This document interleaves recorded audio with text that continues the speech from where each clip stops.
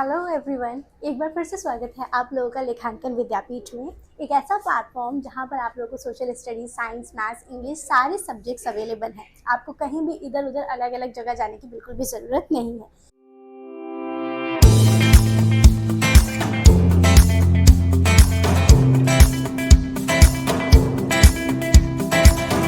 मेरा नाम है लाइबा और मैं पिछले 7 सालों से सोशल स्टडीज़ पढ़ा रही हूँ।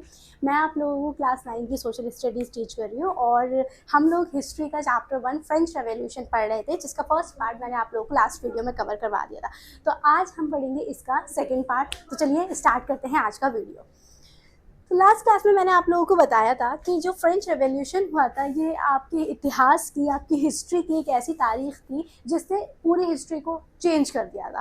फ्रेंच रेवोल्यूशन के बारे में मैंने कुछ चीज़ें आप लोगों को थोड़ी सी बताई थी, जैसे लुई 16 के ऊपर बहुत ज़्यादा कर्ज था और वो जो है उसने अपनी जो थर्ड स्टेट के लोग थे उस पर टैक्सेस का बर्डन डाल दिया था। तो वही सारी चीज़ें हम आगे स्टार्ट करेंगे। The struggle to survive subsistence crisis. सबसे पहले जो स्ट्रगल था वो था सर्वाइव का। अब देखो, एक राजा है, उसने क्या करा है, उसने सिर्फ एक ही लोगों के ऊपर, एक ही पर्टिकुलर लोगों के ऊपर टैक्स का बर्डन डाल दिया है। तो उनके लिए जो स्ट्रगल करना हो रहा है, सर्वाइव करना हो रहा है, वो बहुत ज़्यादा डिफ़िकल्ट हो रहा है। ये एक ऐसी सिचुएशन थी where the basic needs of livelihood are endangered, यानी कि जो लोगों की बेसिक नीड्स थी वो भी मतलब बहुत ख़तरे में थी। लोग अपनी ज़रूरियात को ही पूरा नहीं कर पाए थे क्योंकि टैक्सेस इतने ज़्यादा देना किसी के लिए भी आसान नहीं होता है।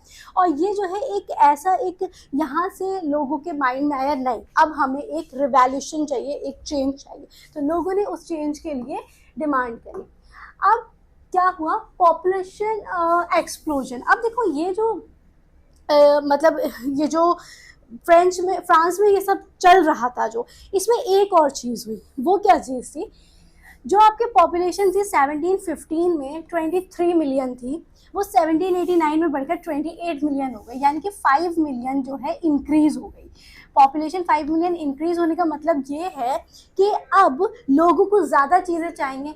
अब कोई भी इंसान है, अगर वो कम है तो कम में गुजारा हो जाता है, लेकिन अगर वो उनकी क्वांटिटी बढ़ जाती है तो फिर चीज़ें भी ज़्यादा चाहिए। तो यहाँ पे क्या हुआ, फ्रांस का जो पॉपुलेशन की जो ग्रोथ हुई उससे एक डिमांड फॉर फूड ग्रेन्स। अब फूड ग्रेन की डिमांड भी बढ़ गई। जब पॉपुलेशन बढ़ेगी तो लोगों को खाना तो चाहिए ना, बट प्रोडक्शन, ये देखिए ये इंपॉर्टेंट है, but production couldn't keep pace with this explosive increase. लेकिन प्रोडक्शन उतना ही था। अब प्रोडक्शन उतना था, पॉपुलेशन बढ़ गई तो क्या होगा, तो लोग जो है लड़ाइयाँ होंगी खाने के पीछे, लड़ाइयाँ होंगी। लोग जो है, लोगों के पास खाने की कमी थी, पॉपुलेशन बहुत ज़्यादा थी। और वहीं से जो है ये आपका जो स्टार्ट हुआ रिवॉल्यूशन। हुआ क्या था, जब लोगों के पास खाने को नहीं था तो वहाँ पे क्या हुआ, तोड़ फोड़ हो गई, हंगामा हो गया। तो जो प्रिंस, जो किंग था, उसने अपनी मतलब जो भी वो होते हैं मिलिट्री कुप्स वगैरह होते हैं, उनसे उन्होंने बोला कि लोगों को जाके कंट्रोल करो। अब ऐसे सिचुएशन में क्या होता है, जब पॉपुलेशन बहुत ज़्यादा होती है, जब लोग बहुत ज़्यादा होते हैं तो र्यूमर्स बहुत जल्दी फैल जाते हैं। तो लोगों के बीच र्यूमर्स फैल गए कि ये जो राजा है ये हम पर गोलियां चलवाने वाला है, हमें मारने वाला है। तो लोगों ने सोचा ऐसे मरने से बेहतर है कि हम जो है लड़ाई लड़े। तो वहीं से जो है उन लोगों ने ये रिवॉल्यूशन की स्टार्टिंग करी। अब आ जाता है the crisis unfolds. Decline production, यानी कि जो क्राइसिस थे वो बहुत ज़्यादा बढ़ते जा रहे थे। जो प्रोडक्शन था वो डिक्लाइन हो रहा था, प्रोडक्शन कम हो रहा था और बहुत सारे नेचुरल डिजास्टर्स आ रहे थे। जैसे देख लेते, ब्रेड प्राइस रोज रैपिडली। जो ब्रेड के प्राइस थे, यूजुअली जो रोटी है मतलब उसकी बात की जा रही है, ब्रेड के प्राइस जो है वो इंक्रीज हो गए थे। Wages fail to match price increases, यानी कि जो वेजेस थी, जो लोगों को मजदूरी दी जा रही थी वो उतनी नहीं दी जा रही थी जितने प्राइस इंक्रीज थे, मतलब लोगों की ज़रूरत भी पूरी नहीं हो रही थी। Gap between rich and poor widened, यानी रिच और पुअर लोगों के बीच जो गैप था वो बहुत वाइड हो चुका था, बहुत ज़्यादा बढ़ चुका था। क्योंकि पुअर लोगों को तो उनके उसके हिसाब से मिल ही नहीं रहा था और रिच तो अपना काम कर ही रहे थे, मतलब वो तो कमा ही रहे थे। तो मतलब जो गैप था वो बहुत ज़्यादा बढ़ गया था। नेचुरल डिजास्टर्स इस बीच बहुत आए, जैसे कि हेल स्टॉर्म हो गया, फूड स्कैसिटी हो गया, लोगों के पास फूड की कमी थी, मतलब बहुत सारी उस टाइम पर सिचुएशन ख़राब हो चुकी थी फ्रांस के लोगों के लिए।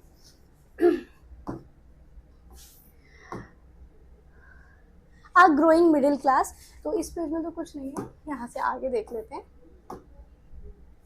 द प्रॉस्पेरस एंड एजुकेटेड, अब जो मिडिल क्लास लोग थे उसमें सिर्फ कुछ ही लोग ऐसे थे जो बोलने वाले थे। बोलने वाले का मतलब ये होता है, देखो आवाज़ हर कोई नहीं उठा सकता, आवाज़ सिर्फ वही उठा सकता है जिसे इस बात की नॉलेज हो कि हाँ हमारे साथ गलत हो रहा है। तो जो एजुकेटेड लोग थे वो कौन थे, हु दे वर, देखो मर्चेंट एंड ट्रेडर्स थे, यानी कि जो व्यापारी वगैरह होते हैं वो थे।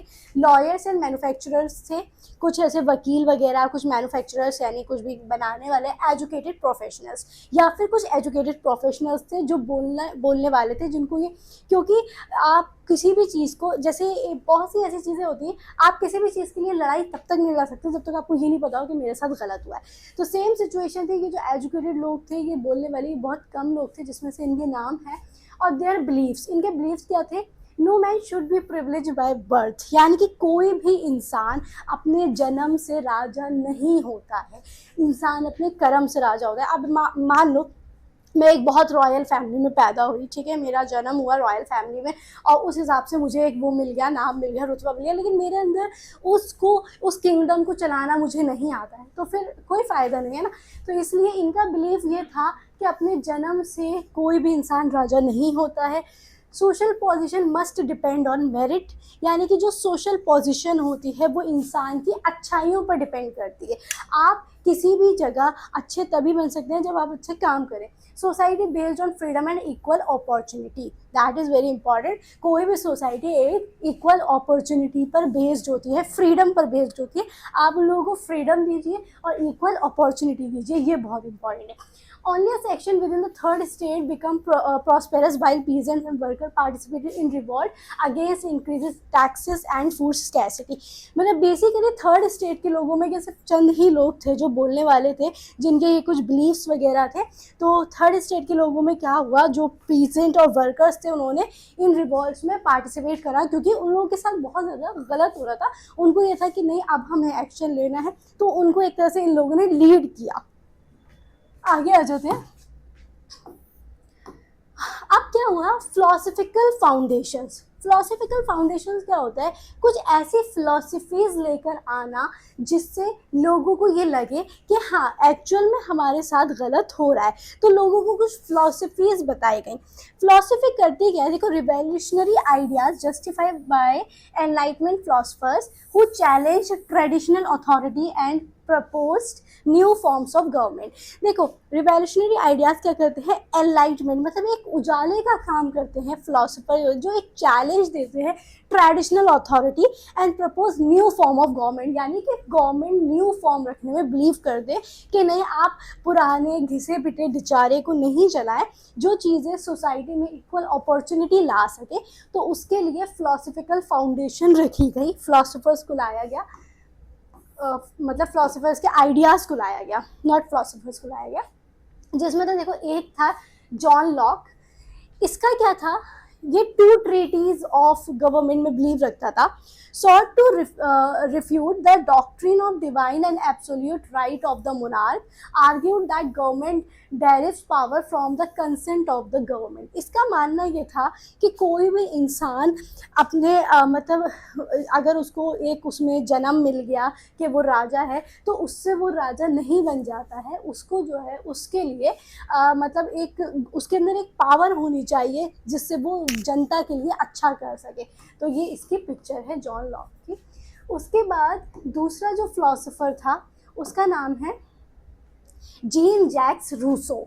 जीन जैक रूसो की क्या फिलोसफी थी, form of the government based on social contract between people and their representative. जाहिर सी बात है, जो गवर्नमेंट की फॉर्म होती है वो इन दो लोगों के बीच होती है, पीपल एंड रिप्रेजेंटेटिव, यानी लोग और जो उसे रिप्रेजेंट कर रहे हैं। Advocated for equal voting and democratic government, और सबको जो है इक्वल वोटिंग का राइट होना चाहिए, सब जो है एक आपस में इक्वल हैं। तो ये जो है इसका फिलोसोफर का ये इसका कॉन्सेप्ट था।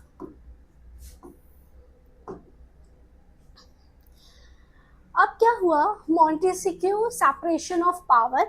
देखो अब ये जो पावर है, मतलब ये जो फ्रांस में पावर है, इसके लिए एक वो लेकर आया गया, एक लॉ लेकर आया गया कि जो पावर होगी वो 3 पार्ट्स में डिवाइड होगी, एक लेजिस्लेटिव, एक एग्जीक्यूटिव और एक जुडिशरी। ये हम लोग सिविक्स में भी पढ़ेंगे। लेजिस्लेटिव क्या होता है? लेजिस्लेटिव होता है जो लॉ को बनाता है। एग्जीक्यूटिव होता है एनफोर्सेस द लॉ, जो लॉ को लागू करता है। और जुडिशरी होता है इंटरसेप्ट्स द लॉ, यानी कि जो उसको मतलब जज करता है, कोई भी फैसला लेता है। तो the spread of the laws propose division of power within government to prevent tyranny and protect individual rights. तो ये एक ऐसा डिवीज़न था गवर्नमेंट का जिससे लोगों के इंडिविजुअल राइट्स जो हैं वो प्रोटेक्ट रह सके।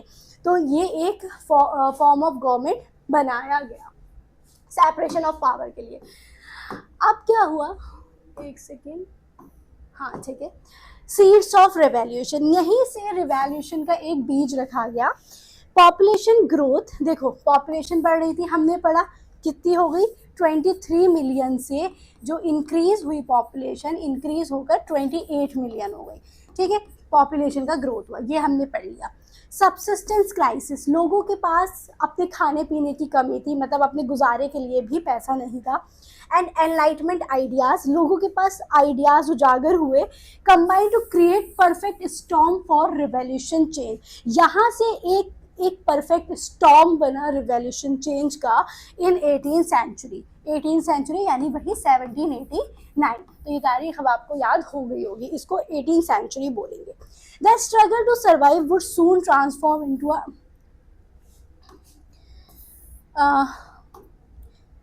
The struggle to survive would soon transform into a struggle for liberty, equality and fraternity।